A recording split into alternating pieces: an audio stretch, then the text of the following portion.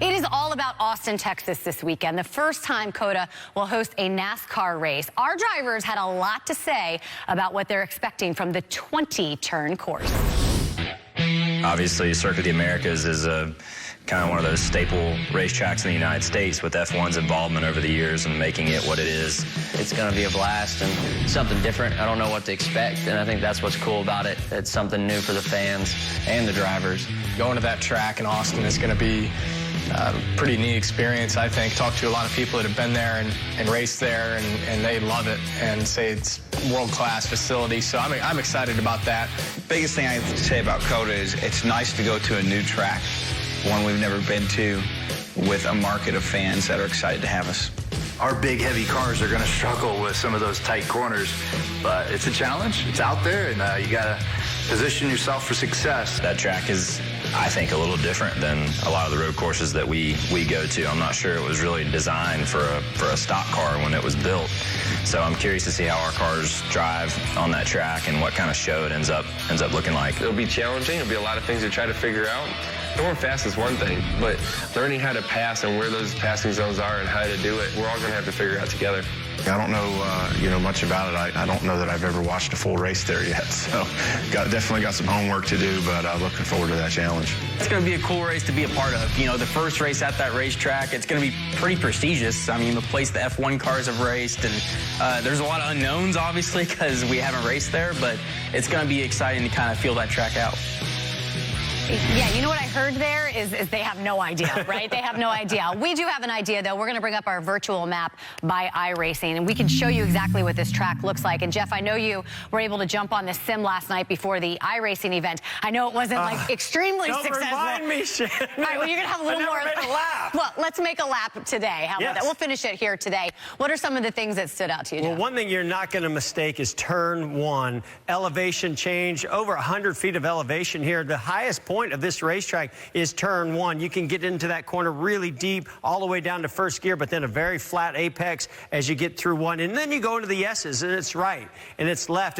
You would think the S's are sweeping. No, these gradually get tighter and tighter. You have to slow down as you get to the end of those S's. Then you got a fast downhill left-hander as you get to turn 11. Heavy braking all the way down to first gear. This hairpin turn that now you got to work on your wheel spin as you go up through the gears. Fourth gear all the way up to about 185, 190 miles per hour, Michael. How about that? And then, Shannon, slam on the brakes. And for the third time, turns 1, turn 11, turn 12, we go from fourth gear to first gear.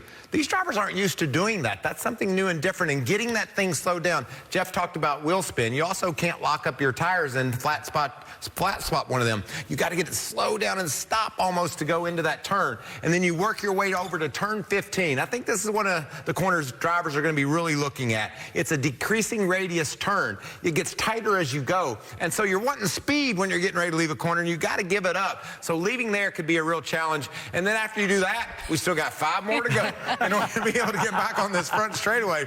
This is going to be entertaining to watch these drivers figure out a way around this place. When I was learning how to drive on a manual, I went from fourth to first once, and that did not work out very well for me.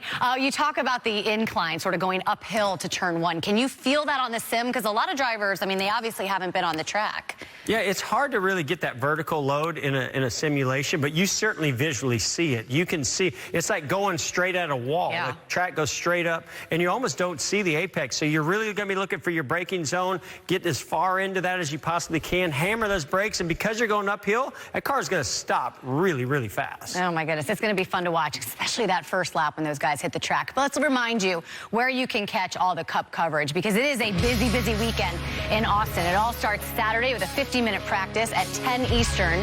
Sunday features qualifying, which Jeff is looking forward to, and the race for the Echo Park Automotive Texas Grand Prix. That sounds so good to say. I like the way you said that. I did too. Echo Park. All right, listen, we have one practice, right, which we haven't had in a while. This is just the third time this season. However, it's only 50 minutes. So what can you learn and what can you not learn in that 50 minutes? Well, we're talking about a new track where they're learning the track itself. Yes, they've been in simulation, but it's all different in real life, of those little details of where those braking zones are, where's a crack on a racetrack or a bump. So I think that you're going to see these drivers trying to learn and the teams trying to learn as much as they can. But they better start really close, because there's not much you can do. When your lap time is over 2 minutes long, wrong, then you're talking about maybe go run 4 or 5 laps, come in, tell me what you need, let's make an adjustment, go back out, run another 5 or 6 laps. I don't know if they're going to get much more time than that, Michael. I think when they pull on the track, they're going to verify whether the sim at the shop is very good or not, because that's about all the time that they're going to have. I talked to Denny Hamlin earlier today, and they've added some turtles. The traveling turtles have made their way to Austin, Texas, starring at the COTA Road Course. So anyway, those turtles will change the way this track drives compared to sim. So they have to figure that out. But I think it's almost going to be like engineers and crew chief being a head coach, an offensive coordinator on a football team. We got to have a plan. We got to make sure we understand how to utilize our time, get our changes done quickly, and get back on the racetrack. And you said going out as a driver, you're going to find out where you're braking and where you're turning, right? That's what your agenda is. Yeah, so anybody that has laps at this track, which some of these drivers do, it's going to be a huge benefit. Those that have only seen it in simulation, they've got a big task ahead of them. Just keep your fingers crossed and watch for those turtles, right? For more great NASCAR on Fox content, subscribe to our channel. It's somewhere right around here.